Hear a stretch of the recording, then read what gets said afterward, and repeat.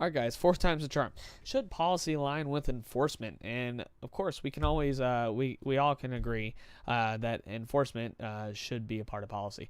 My name is Robert Orland. I'm going to be talking to you guys about my paper, and my paper was actually about transgender hate crime, which within history I found that a lot of hate crime has been done to the overall LGBTQ community. There isn't really any history that I found with my 2.5, 3 hours of searching on the internet, and then a couple hours in the library. I couldn't really find a defined history of transgender, just specifically hate crime.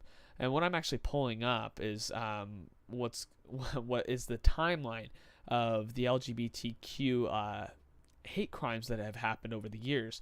There's things like the Stonewall riots, which you guys can read a little bit more about. I'm not going to read about these guys because I've recorded this 4 times, and I can't seem to get a move on here. The Upstairs Lounge in the New Orleans, 1973. Harvey Milk assassination, 1978. The Other Side Lounge, 1997. These are all things that are either assaults or even just straight up murder. Backstreet Cafe, 2007. Seattle Gay Nightclub, 2014. And Moscow Nightclub, 2014. Gay Pride Parade, Jerusalem, 2015. I'm going to remain in our local area as far as for this video goes. So let's look at it. So those are the hate crimes that have happened over the years, and these are the policies that have been set in stone due to these things. Now we're looking at the Hate Crime Statistic Act when it was reintroduced in February 22nd, 1989.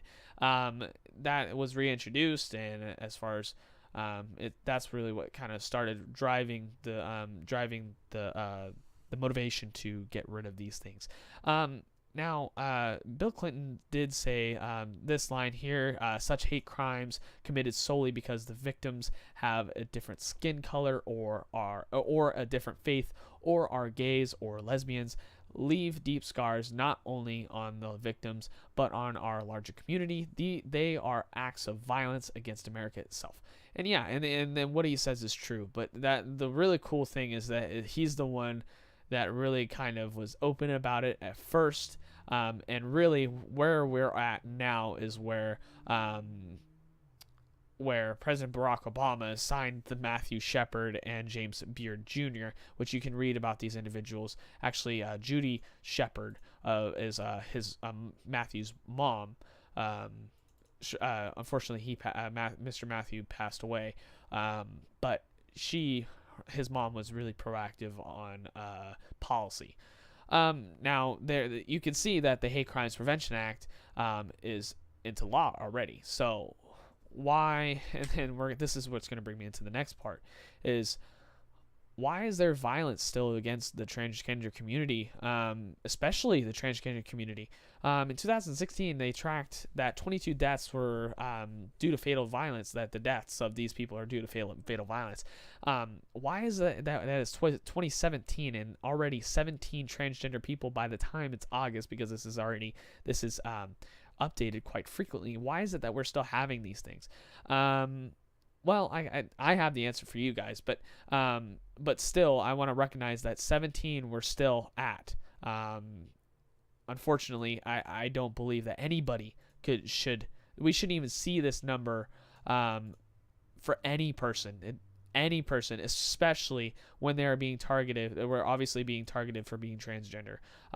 This is actually mourning all these individuals, these 17 individuals.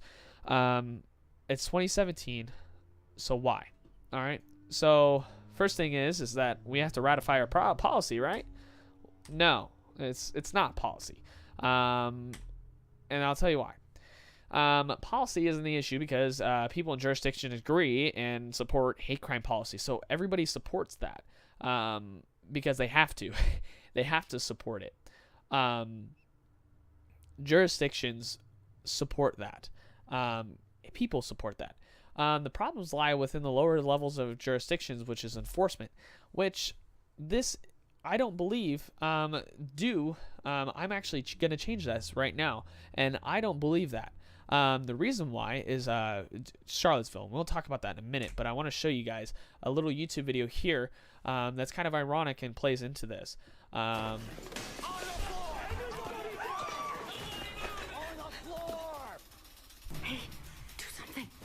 Oh, I'm not a security guard. I'm a security monitor. I only notify people if there's a robbery. There's a robbery. It's only only policy. Yeah, the policy's there, but I don't enforce it. That's the same exact thing. That's why I show that, because the irony is easier to see than that. Policy isn't being enforced in Charlottesville. And I'm not saying that this is the entire reasoning, but this could be a reason.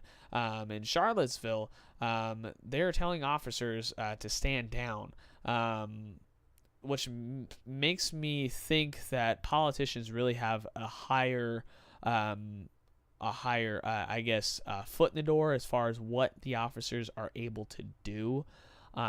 So maybe the enforcement is directed towards certain issues that the politicians only see fit, which might be over blindingly obvious. However, I think the problem still underlies is enforcement, regardless of who is controlling the enforcement.